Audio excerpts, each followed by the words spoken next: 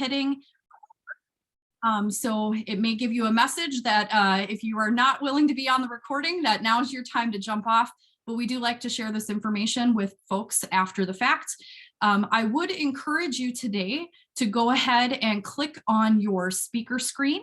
So you will always see the speaker as your main screen, hopefully, so we can see their face up front, close, and clear. But today's event obviously is via Zoom. Again, we are recording. We are going to ask that you please use the chat box to be going ahead and dropping those questions that you may have for our entrepreneur guests. We're going to hold questions until the end after they've all talked a little bit about their business, but make sure that you're asking those in real time so you don't forget them. So again, I'm going to be timekeeping. So we're going to be introducing all of our guests. They're going to have time to speak, but please make sure that you're putting those questions down in the chat box. And we do have Adam with CoLab here with us today. Our Entrepreneurs in Action event is kicking off as part of a Startup Chippewa Valley event. And I hear that we do have a message from our sponsor. So Adam, I will go ahead and toss the screen over to you. Excellent. Thanks so much, Ashley. We're really excited to have Menomonie engaged this year in Startup Chippewa Valley. What was Startup Eau Claire just last year has expanded to include Menomonie, Chippewa Falls, and Altoona in our efforts. So we're really excited to be celebrating entrepreneurship in the region. And I'll drop a link in the chat if you're interested in any other Startup Chippewa Valley events. But Royal Credit Union is our presenting sponsor once again, and they've got a short message here for us. When it comes to business banking, some do one thing well, but Royal Credit Union does everything well, just like we've been doing since 1964. Here's what our members are saying. Royal's very involved in the community. They're excellent, and they're very good to businesses. I know that they're here. I know that they're local. That's important to us. Their customer service is excellent. And with the convenience of mobile, it's so easy. I can do it from anywhere, and I'm very pleased with it. Join Royal today at rcu.org/yourbusiness. Insured by NCUA. Thanks so much, Ashley. I'll toss it back over to you. All right. Thank you so much, Adam. And thank you so much to the sponsor of Startup Chippewa Valley Week, Royal Credit Union. And thank you to our guests, our entrepreneurs who are going to be specializing today in talking about their entrepreneur journey here in the Menomonie area. Just a quick overview. We have Sherri Yukel with Big Dot of Happiness, Ryan Verdon with Brewery Nonic, Barbara Bauer-Chen from C&J's Candy Store and Scoop Shop, as well as Tom Sampson with Machine Shed Sports. So thank you so much for joining us today. Again, please don't forget to drop those questions in the chat box in real time, but we'll go ahead and start with you, Sherri, if you want to share with us a little bit about your entrepreneur journey. I'd love to. Hi, everyone. Entrepreneurship is a huge passion of mine. And so some of you who have heard my story, great. If you haven't, let's just start off with, we were really blessed. So Scott and my husband and I moved to Menomonie in 1999, and kind of a fluke situation where I decided to stay home, and I started a business because my husband said this to me. My husband said, hey, he came home from work one day and I said, honey, I want to buy a pair of black shoes. And he was kind of annoyed by this question. And he said, but you have a pair of black shoes. Why do you need another one? Any woman on the planet needs more than one pair of black shoes. I got annoyed and I said, I clearly need some spending money. And I started the company called Big Dot of Happiness. So hopefully some of you have heard about us. Big Dot of Happiness is a party supply design firm, marketing firm, and manufacturer, all here in Menomonie, Wisconsin. Many people don't know that, but we are an e-commerce play, and that's all we do. And we've been in business for 22 years. It's been a crazy, crazy ride. So let me just kind of start at the beginning, and I'll kind of go through the middle, probably fast, and then right at the end, kind of a recent part of our story. So again, like I said, Scott and I moved here in 1999. I am a creative type of person, and I really enjoy creating things from scratch. Our business started by me buying a sewing machine with $700 and some towels, and I designed character hooded towels for children. So I went to craft fairs, and I went around all these craft fairs, and it was just eating up all my time. And I'd sew towels all week around my kids at home, and I would go and sell out. And my husband said, you've got to try to do this some other way. So back in 1999, when the internet was fairly new, I learned how to sell online. I built my very first website. It was terrible, by the way, just so you know, but it was ugly and horrible and awful. So just know we all start terrible and horrible and awful. and built my very first website with Microsoft front page. And I'm not a programming person, so I was super dedicated because I wanted some spending money for those shoes. And really just started learning advertising online. Google in general was our play, and I learned how to market very, very well, and just kind of catapulted us quickly. A couple years in is kind of when you have to, I think it was even a year in, I had to decide, am I going to just keep this a hobby or am I going to hire people? And we had an incident happen where my child flushed McDonald's toy down the toilet and flooded our kitchen and bathroom. And he came home from work and said, you need to hire some people to help. So hired our first employee back then. And that grew into 4 employees quickly. And then I went out and built my very first building, which is in North Menomonie, kind of by I guess it's the I don't know how to say this, but the dental office back there. And that was my first building I built for 6,000 square feet. And we had 4 people when we moved into that. In less than a year, we were at 18 to 22. And then we started to build our bigger building, which is in the tech park in Menomonie, which is 20,000 square feet. It's the big blue building across from the hospital area. If you haven't seen us, that's where we are. We now have another building and soon to be a 3rd building. So life has been very, very good. So we've became a party supply kind of, there's not very many of us. There's about 7 people who play in this arena, and we're one of the only US made, and we actually design in-house all of our own original art. And then we also market everything online in all the spaces that you would expect to be found. And we manufacture all in our buildings here in Wisconsin. So it's kind of been really amazing.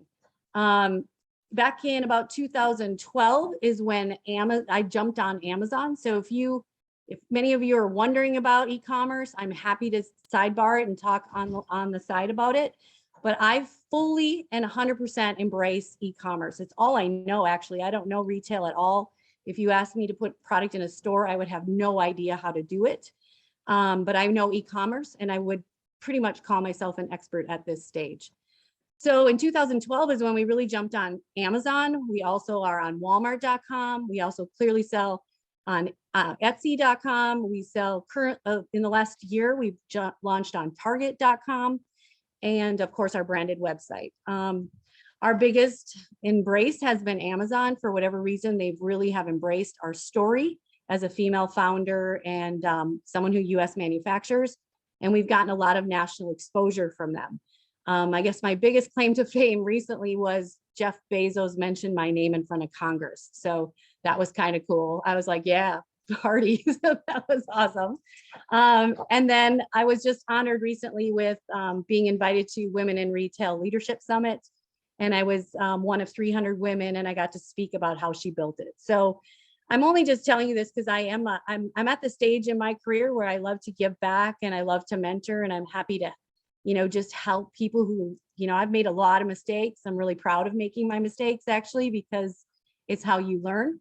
And it's really one of my favorites, which is fail forward and just learn from them. Just learn how to fail fast. And being an entrepreneur, you're going to screw up, but fail fast and learn from it and pivot. So that's my advice to you. My last part of my story is that in right pre-COVID, our business hit the level that my husband and I always wanted it to hit. And that was kind of the level we knew we needed extra money to really take it to, I guess, the big next game. And so we put our business out for market, and we had people fly in from all over the country and in the world and had to do presentations about our company. And we recently, let's just say COVID was crazy because the timing was really bad, but our business pivoted really well. And then we ended up getting into the yard sign business very, very well, which is when people couldn't celebrate, it's the one thing they could do, which honk because grandma's having a birthday. And we fully embraced that and just grew like even more. And we finally, we were acquired at the end of last year. So we have now been purchased by a company out of Texas, but they're a venture capitalist group, and Scott and I still own a significant part of the business, just not primary owners. And now we're actually growing even more from an international perspective and other channels. So that's kind of my story. And I don't know what my time is at, but I'm just whipped through 22 years. And I'm pretty proud of what we've done. But I am at the stage of, I kind of block my Fridays to just give back. And if people ever want to chat, I'm really serious. Just send me an email, text, call. I'm happy here to listen. So thanks. Well, thank you so much for that overview, Sherri. Definitely dynamite growth strategy over the last 22 years. And we're so thankful to have you in Menomonie. I know sometimes when I've been party planning and different things on Amazon, I've seen you pop up. So I'm like, oh gosh, they're right down the street. So you may be more familiar with Big Dot of Happiness than all of you actually think you are. So thank you again, Sherri, definitely appreciated. Make sure you're dropping questions down in that chat box and we'll go ahead and answer those after our 4 entrepreneurs have shared their journey. So next we have Ryan Verdon with Brewery Nonic. Ryan, the floor is yours. Hello. My name is Ryan Verdon. I am the, I guess, founder, owner, head brewer of Brewery Nonic. And so, yeah, I guess we can just launch into, I am a Menomonie native.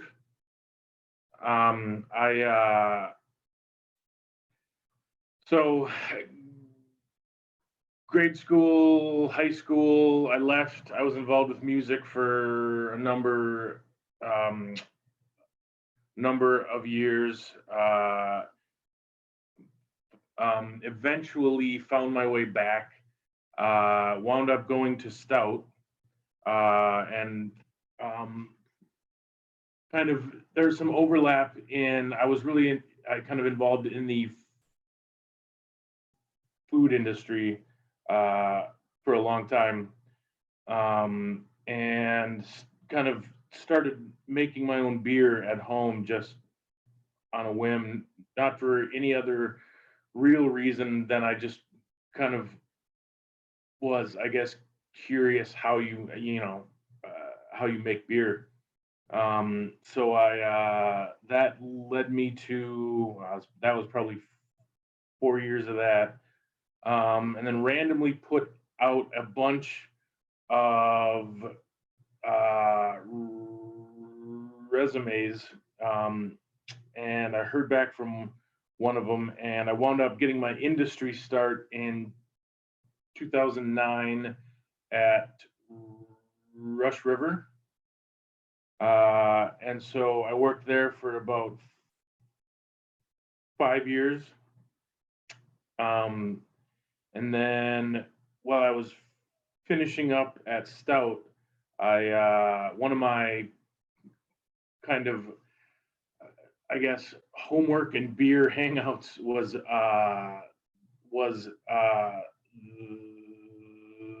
Raw Deal. And so as I got to know the owners there, they were interested at the time in basically turning the basement into a brewery. So they hired me to essentially help them make that and run it. So I did that then for about 4.5 years. And then what led us to the old train depot here is actually the Raw Deal initially bought it and was going to expand into it. But through some negotiations and some talks, I think they wanted, as it turned out, to kind of narrow their scope a little bit. So they wound up basically selling the building to me, and then I opened up my own brewery. Definitely didn't really have it. I mean, I always kind of thought it would be fun to, but I never really had it in mind that I actually would. I always thought that if I would do it, that I wanted to make it sort of a place that people wanted to come to, that meant something, I guess, to the community. And so when I found myself having the opportunity to open a brewery in my hometown, this space was kind of an obvious, like, well, it's almost like it's meant to be. Yeah, so we opened this in January of 2019. And so I've always been, I guess, a big fan of the concept of that third place where it's not work and it's not home, but it's that other space that you go to, that you can meet community members and your friends, and that I think that, you know, I've always thought that opening a brewery would be, or ought to be, a as community oriented of a space as I could really do. So having events and having a space in the back room for like, if anybody has a meeting or party and all that stuff. And the other part of where kind of, I guess, the branding and what nonic actually is kind of, I've always been a big fan as well of sort of the underrepresented English style ales. And so you see a lot of German beers, and you see a lot of whole bunch of other I guess more known about, more trendy stuff. And I just thought that like, you know, maybe I have an opportunity. I still, whether or not it was the greatest choice, I don't know, because it's not because room temperature or slightly colder than room temperature ales aren't most people's thing. And I guess that's why only 2 of the beers are those, you know, and like all the rest of them are, I guess, a little bit more approachable. But it, you know, I think that this industry is really interesting in that it's very independent of a lot of other things that are going on around it. It sort of does its own thing. It's its own beast, for better or for worse at times. And I think that there's a big movement in the industry to, instead of opening a brewery with the point being to make a bunch of beer, to put it in cans and bottles and have it out there on shelves or in bars. I think there's a big movement happening that is more so about creating a unique space and an environment that people want to come to. And that was really kind of one of the base goals about everything here. And so our, you know, the industry is one that, like, you know, it's not really an industry that you get into if you want to make a whole bunch of money. It's more about, like, you just sort of love what you do, and, you know, you do it because you want a certain lifestyle, I guess. Growth opportunities are definitely there, but for what we're going for, it's more about kind of growing organically within our space and with what makes most sense, sort of long term. Yeah, and as far as like staffing goes, we have more staff right now than we have ever had, you know, which is awesome. Obviously that was harmed a little bit by COVID last year. We had some staff that decided for health reasons to basically move away, and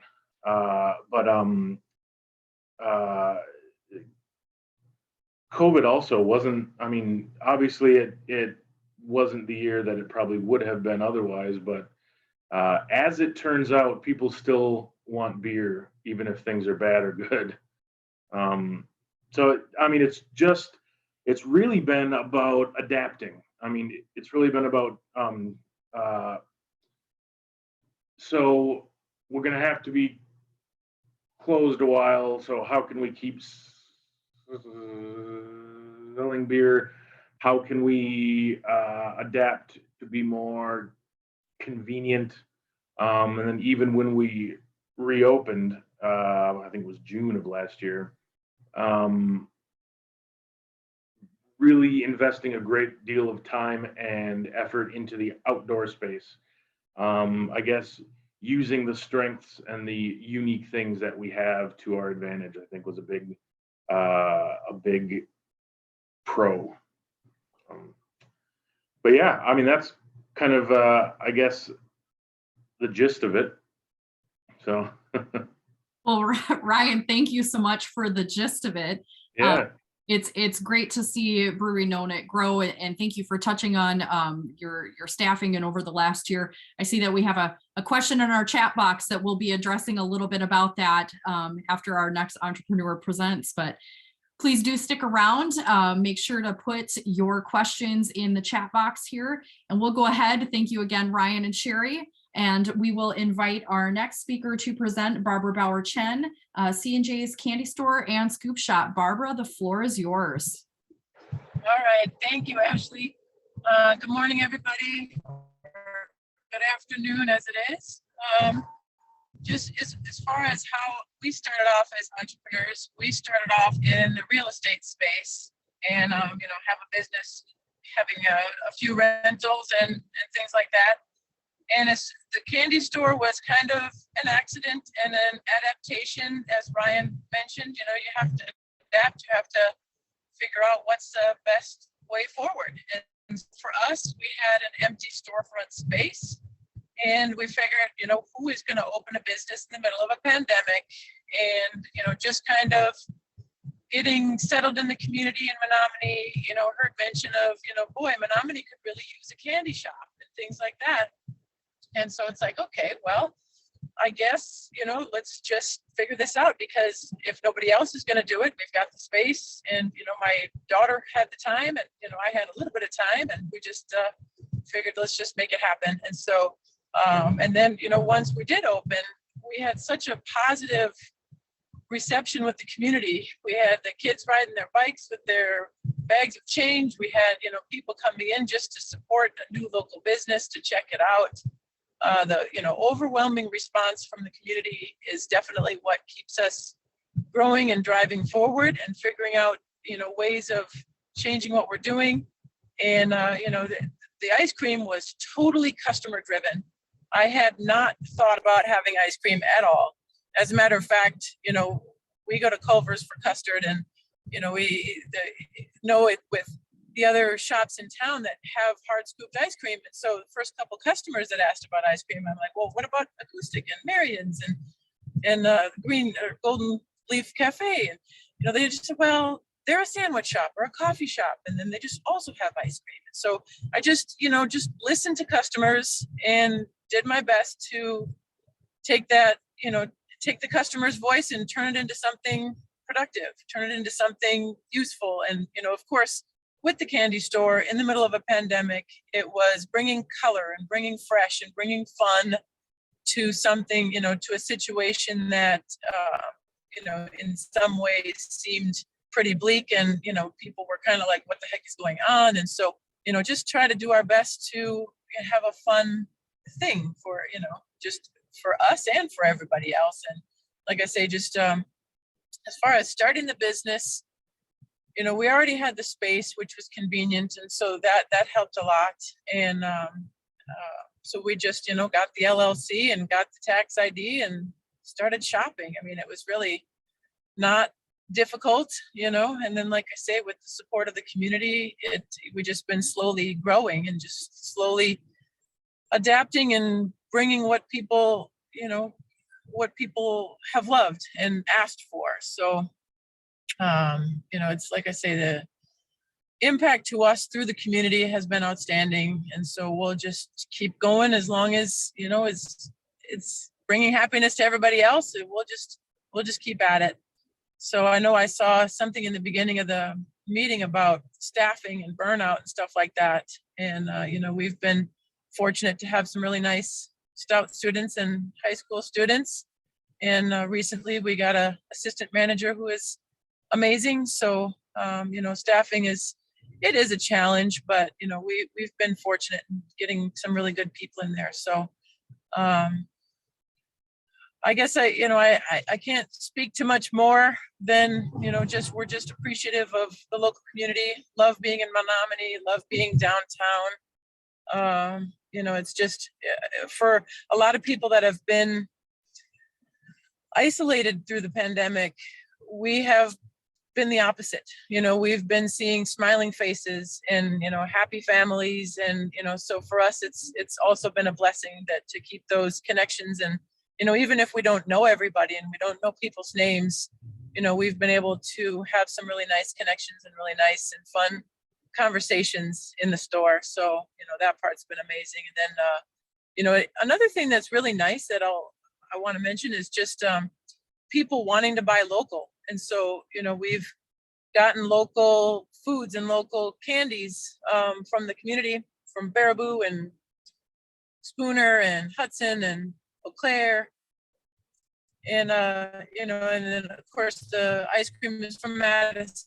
That's been really well received, for us to be able to help other local businesses and provide that to customers who are looking to support local as many tiers as they can, I guess you could say. So with that, I guess that's about all I have to speak of until we have questions. And I'm here to help anybody else trying to get started out. I'm happy to mentor and help as much as I can, although I'm still new and I'm still learning, of course. So thank you, everybody. Well, thank you so much, Barbara. Definitely have seen the growth firsthand of C&J's Candy Store and Scoop Shop. It's you definitely had the fun job during the pandemic and being able to see those smiles and such. But so thank you, Barbara. And please do remember, I see that there are some businesses and some websites that are being added in that chat box. So you can check out these businesses and learn more about them as well as steward them in our community. But please do make sure that you're throwing questions in there. And we have one more entrepreneur that we're going to talk to before we do open that question cycle. And that is Tom Sampson with Machine Shed Sports. Tom, thank you so much for joining us today. And I'll go ahead and give you the floor. Yeah, thank you, Ashley. Thank you guys very much for asking me to be a part of this. This is kind of neat. Grew up in Colfax, Wisconsin. So for those of you who live in Menomonie, you know very well where that is, right? Just right down the road, about 20 minutes. My parents grew up in Menomonie. My grandfather was a professor at Stout for a lot of years. It's hard not to see the chat box coming up. I should stop paying attention to that until after I'm done speaking. Yeah, so I've been into fitness and wellness and stuff like that majority of my life. Played a lot of different sports, did different things like that, cross country, track, football, skateboarding, all sorts of different things, and got into personal training a little over 10 years ago. I worked at Anytime Fitness. I used to manage that one up in Colfax, Wisconsin. I did that for a little bit and found CrossFit about 10 years ago, actually, which is it's crazy to say that because it's been a long time. And a funny story, actually. So I used to manage Anytime Fitness. I would drive all the way to Eau Claire to the original CrossFit affiliate in the area, just so that I could work out after work. Like once I found it, there was, it's like trying to light a candle in the wind compared to to anything else, really kind of led the way as far as the functional fitness goes. And there's a lot of different spin-off programs, but CrossFit is absolutely still the pioneer as far as functional fitness goes.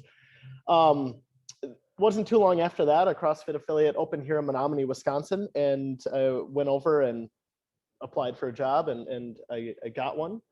And I worked there for about a year and a half. And the owner of that facility just wasn't really just wasn't really into CrossFit. She had a bodybuilding background, ran a really good business. Her heart just really wasn't in it, which is okay. And she let the place go. And that's when myself and a couple of the other members of the coaching staff decided to buy our own building and open our own CrossFit affiliate right here in Menomonie. The reason that we chose Menomonie as opposed to Eau Claire is just at the time there was already 3 in Eau Claire.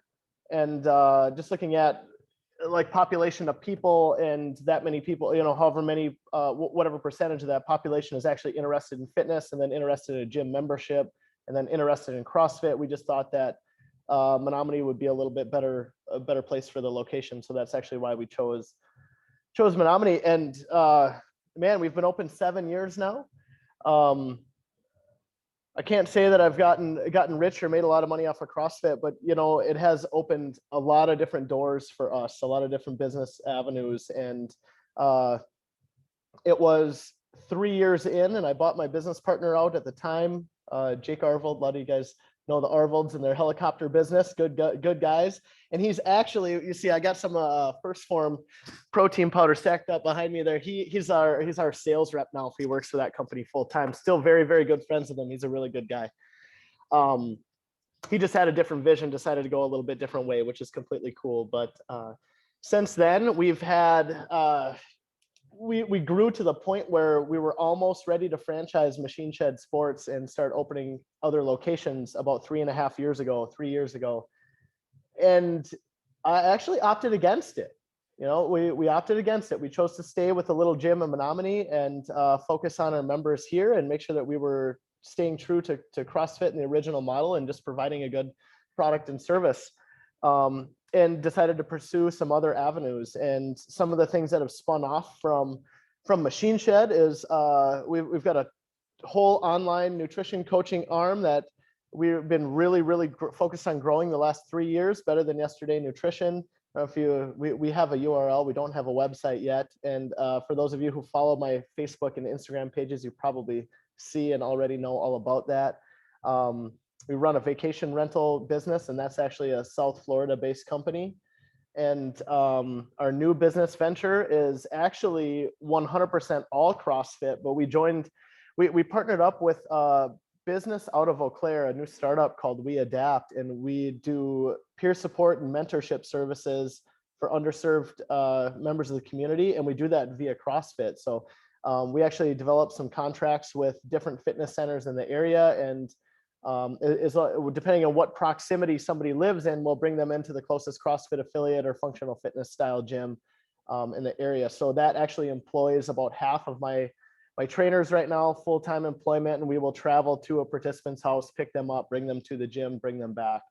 And that's 100%, I shouldn't say 100%, but majority of our clientele are youth or teenage or middle school age children. So it's really neat. We're using fitness to teach healthy coping skills and strategies. And the neat thing about this is, and this is why I'm so passionate about this, CrossFit has done so much for me in my life. And then also anybody who's employed here through Machine Shed, that it's really neat to share that with people. And especially not everybody fits into the box of football, basketball, baseball, right?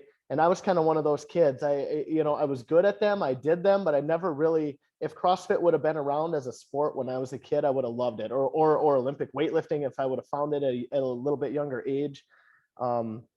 So it's just really, really neat to see the self-esteem, the self-confidence, and the different lessons that people learn through challenging themselves with some of the skills and stuff like that they have to learn in physical situations. So yeah, that's it. That's Machine Shed.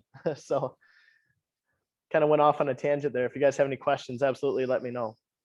Definitely not a tangent, Tom.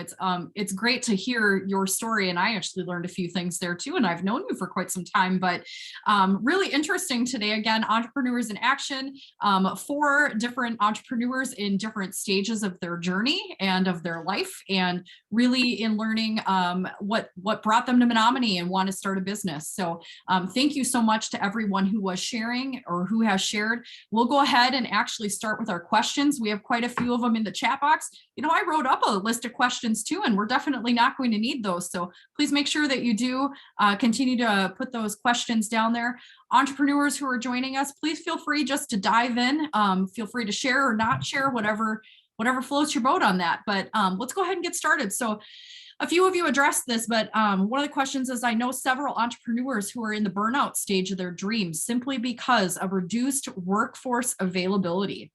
What do you do to look after your health and avoid burnout when you are working so hard to build your business?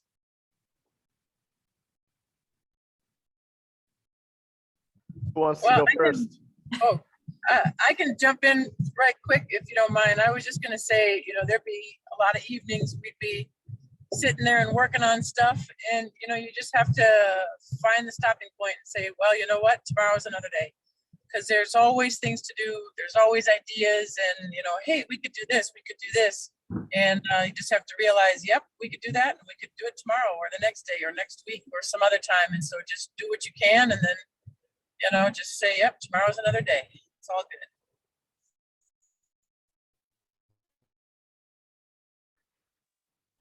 good. Sherri, do you want to go first? I saw you turn off your. Okay, cool. Man, I've got a few different tactics for that myself. I make sure that I always prioritize at least an hour, a few, like 4 or 5 days a week for me to get a little sweat on. So I'll hop into the class with the members up here. Fitness is one thing that I definitely use to de-stress. I schedule days off, and they're for the most part non-negotiable for me. I could work 7 days a week if I wanted to. We got a lot of irons in the fire, and it's important for me to have a little bit of downtime where I'm just not as effective in any of my roles. And delegation, hiring a team and then compensating them very, very well for their time has been a game changer for us. And what I look for in that is I'm not necessarily looking for educational background or college degrees or anything like that. I'm looking for people that are truly passionate about what we're doing and share the same vision, because we can coach them up, right? We can coach them up. I can send them for training courses. We can help them be a better trainer or marketeer or whatever that, whatever role we need them to fill. But just having a good staff that, building yourself a good team has been a game changer.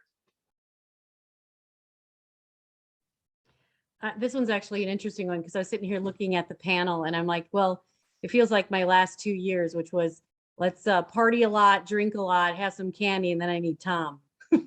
We got to work out. Let's be honest. It's been and I think, I've had many stages of our business, and I think like ours is from startup to mid game to, higher level that we're at now.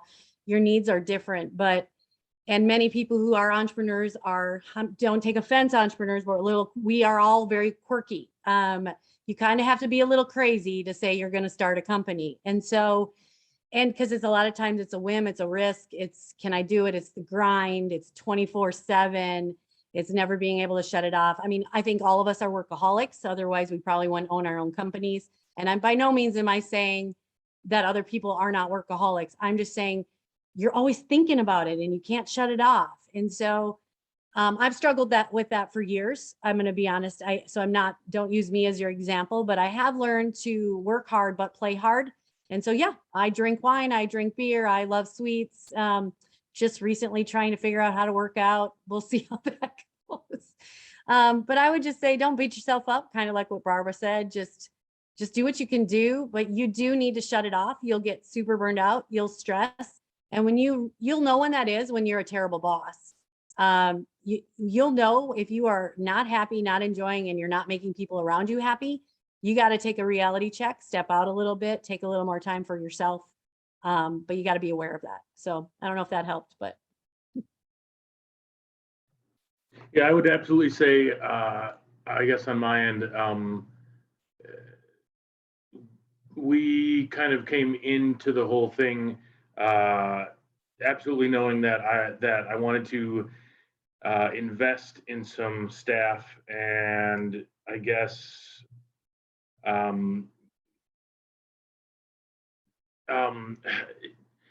one of the things that I guess I looked into at first was like exactly that, because I had worked in the past for a number of basically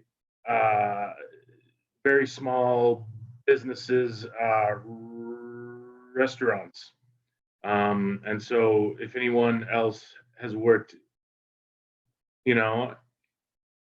the restaurant industry, I feel like it takes an even more special individual to want to dive in and open a restaurant, because that's some crazy stuff. And so I just knew that, all right, if I'm going to open my own place, I'm going to need to come out of the gate having invested in some staff who is going to actually care about what they do, and that's been, I think, really massive, in that knowing that as an example, me and my wife were out of town last weekend, and I just have full faith in the staff that like if anything happens, that that they basically know exactly what to do. So those are all definitely great nuggets from everyone. And I think, there was a question in there about work-life harmony, and you all really spoke to that as well. So thank you again for providing that insight. We're at about 15 minutes left in our program, and we'd like to just take a quick break. And Adam actually has a surprise for us. For those of you who are joining us live, so again, this will not be available on the replay. But as part of our Startup Chippewa Valley Week participation, he has a gift card that he's going to be giving away to one of our lucky participants today. So Adam, if you'd like to go ahead, you have co-host properties, so you should be able to share your screen. Sure thing. Here we go. Thanks to Routerware, Wind Technology, the Chippewa County Economic Development Corporation, and CVTC, we've got a gift card today going to Amanda. Excellent. Congratulations, Amanda. I will message you in the chat here so that I can grab your email and we can figure out how to get you that gift card. Thanks. Delightful surprise. Thank you so much, Adam. So we will go ahead and continue on with our journey of questions here. So next question is, what do you think are the most important attributes of an entrepreneur?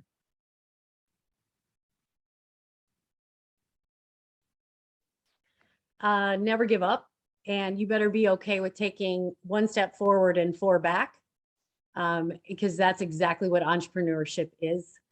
And I found a lot of people, you have to be willing to not overthink and be a bit of a risk taker. I mean, it is really what you have to do, but I can't even tell you how many times it's been one step forward and four steps back. But I often use the term, I've learned way more from the things that I've done wrong than the things I've done right.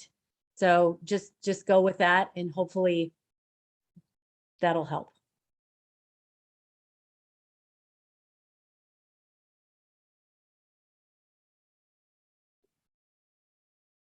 Any of our other presenters, if you'd like to share, I'll give it one more time around the horn. What do you think is the most important attributes of an entrepreneur?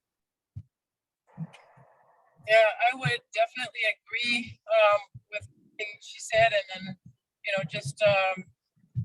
then just faith and confidence, and listening. You have to listen. You have to pay attention to the community and your customers and your staff members, and take all the ideas and give them some time.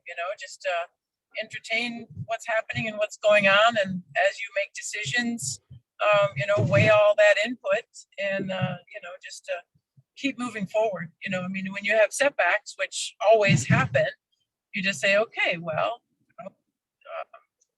what can I learn from this, and how to move forward, and nothing you can't do, just need to figure out how. So just figure it out, keep moving forward.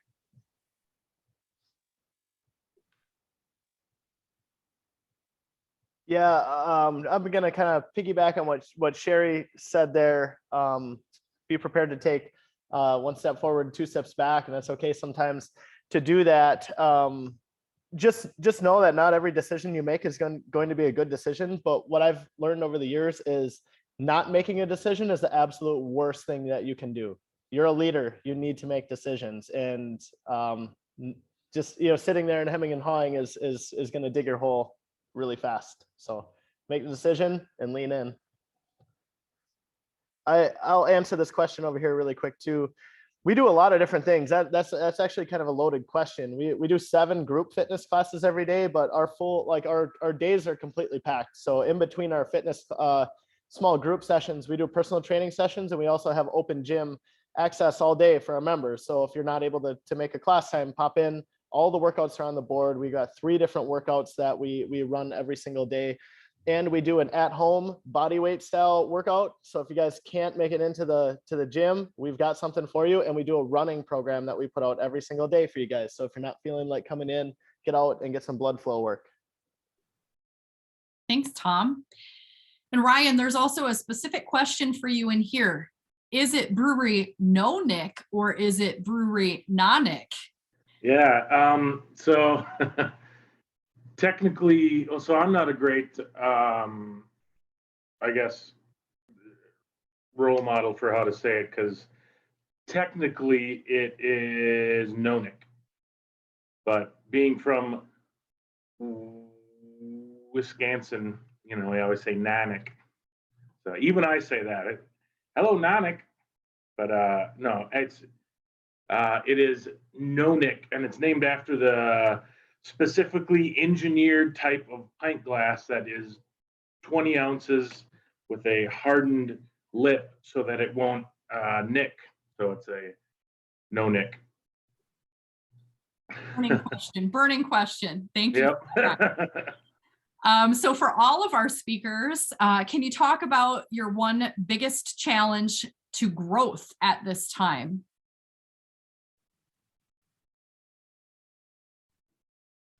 I guess I'll start. Go ahead. Growth for us is a really interesting thing because it's something that we plan for as much as we can, but we don't actively seek to really grow fast and expand our production so much. Part of the growth is actually attempting to diversify a little bit, I think. And so we have teamed up with Chef Stacy from Stacked Eatery. And so part of the adaptations that we've done is we bought a food truck last year, and we basically use it as a guest kitchen. And so, which has now kind of evolved into more so her space. So figuring out a way to I guess grow into other things and bring other things in, but it doesn't necessarily add any extra workload onto my staff, or it sort of doesn't really ask things of them that they didn't apply for in the job, I guess. But growth is interesting because the biggest part of the brewing industry that is seeing business failures is the regional scale. So basically like probably like breweries, probably 2 to 3 times our size. Because there's just not enough space on shelves as there's more and more beer and seltzers and, you know, all that stuff. That's the really, really, really hard part. So what I guess growth is for us is finding, you know, where our space is and how to, I guess, maximize that. And also, I don't really even know what that means yet, but I guess part of that is the whole process. But yeah.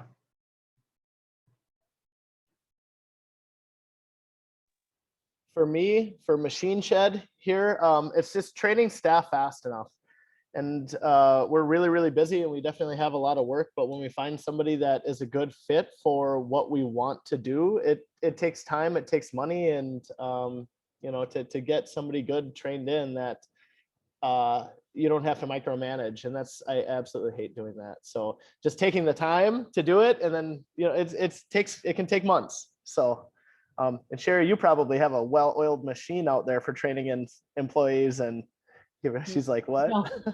No, I mean, COVID was hard. You have to temporarily lay off a bunch of people. It's horrible. And then you have to restructure your entire production, the way you make product, because people can't be next to each other. And it's just been a completely different environment the last couple of years. And it's been really hard from a personal standpoint, from, you know, losing staff to then trying to recruit new staff. But I think one thing I see owners do wrong is they think they know what their people want.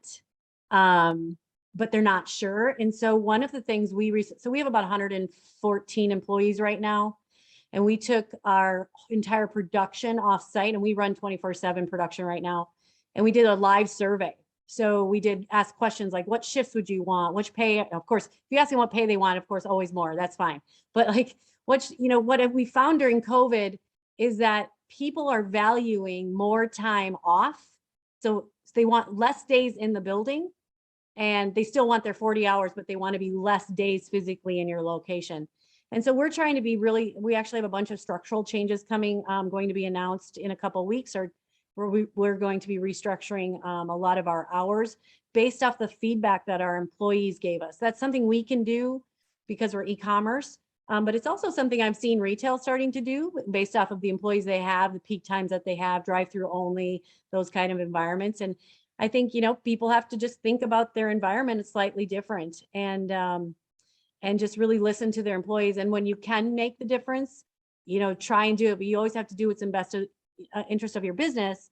And then hopefully it can line up being strategic or creative, if you will, with your staffing. And so, no, we're not a fine oiled machine, and we can't make enough product right now. So our demand is, I need more people, more facility. It's just a great problem to have, but it's also a problem. So we'll see how it goes.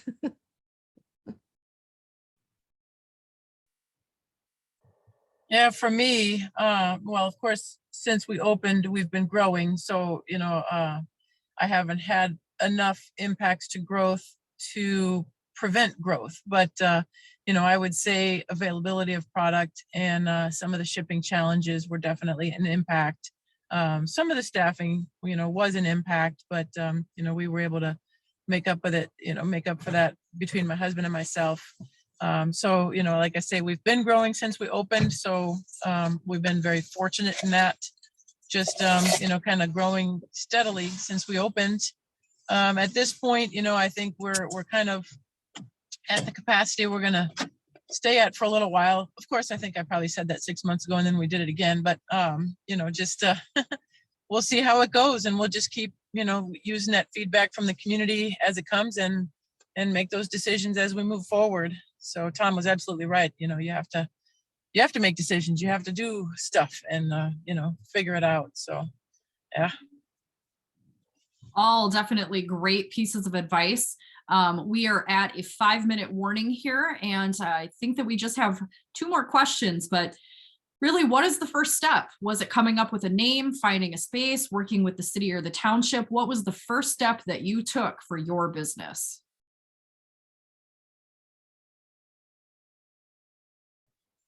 I can jump on real quick. So the first step was coming up with a name, creating the LLC, and getting a tax ID.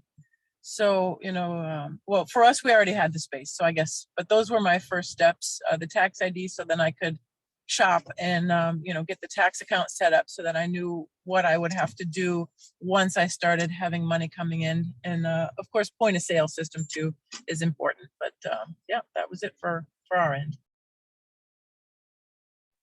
I did it backwards. We bought a building first and then opened and then figured out the rest as we kind of went. We had it all. We had all the stuff that you guys are talking about done before we opened, but that's kind of how I do a lot of things. I'm like, oh, that would be kind of cool. I'm just gonna start doing it and then I'll figure out the permits and stuff as I go along. Cause just do it and then ask for forgiveness later is kind of my motto. So I love Tom. That's perfect, Tom. I would wish more entrepreneurs would do that, because many times they get stuck in the business plan and I got to document and then they just don't do it because they're scared to death at that point. So my true story, you heard why we started, but I remember asking my husband to cash out $1,000 worth of 3M stock, and I invested in the stock market. I don't even know anything about stock market. I do more now, but I didn't at the time. And I made $1,700 and gave him back his 1,000 because I wanted to make sure I started this on my own. So started with 700. That was probably the step one, get some money to start a business. So Yeah, my step in starting this business was considerably more calculated, because I had basically already helped to start another brewery, and that one was definitely a learning experience, because that I felt like I definitely having worked in the restaurant industry, I knew there was regulations and stuff, because beer is technically a food manufacturing process. I guess maybe naively started going headfirst into all this stuff, not really realizing everything that came along with what you have to do to be an alcohol manufacturer. And once I started getting calls from the state and the feds and all that stuff, and it's like, okay, all right. So I wind it up a little bit here. So that was a great learning experience, and that also really laid the groundwork for when we opened nonic. It was, I guess, having that experience was made things a lot easier. That being said, it was much easier to even jump into opening a brewery once I knew that we could have this space. So. All fantastic. Thank you so much for sharing. Oh, Sherri, was that? I do want to share one last thing, because I'm sure there's people that are going to watch this and listen and you're not sure what you're going to do next. And I have an uncle that I love dearly, and he's like a father figure to me. And I remember saying to him, like, how do you know when it's the right time? How do you know what your next move is? And he paused me and he said, Sherri, do you not know that it chooses you?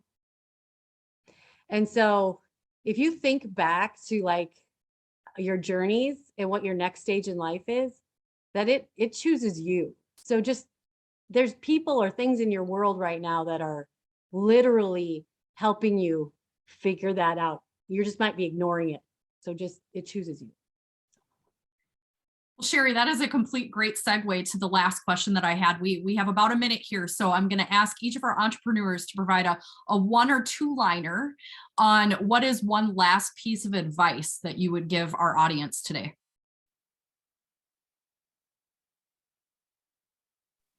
be the version of yourself that deserves what it is you're trying to accomplish.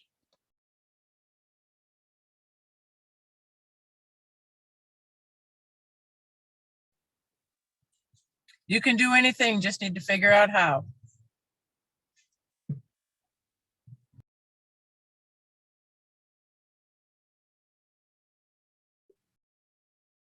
Sherri, Ryan, 1 or 2 liner about what you'd like to tell our audience? Sure, drink more beer, have some candy, be sure to work out, but party on. You stole it from me. Oh, that's great. Yeah, I mean, I would say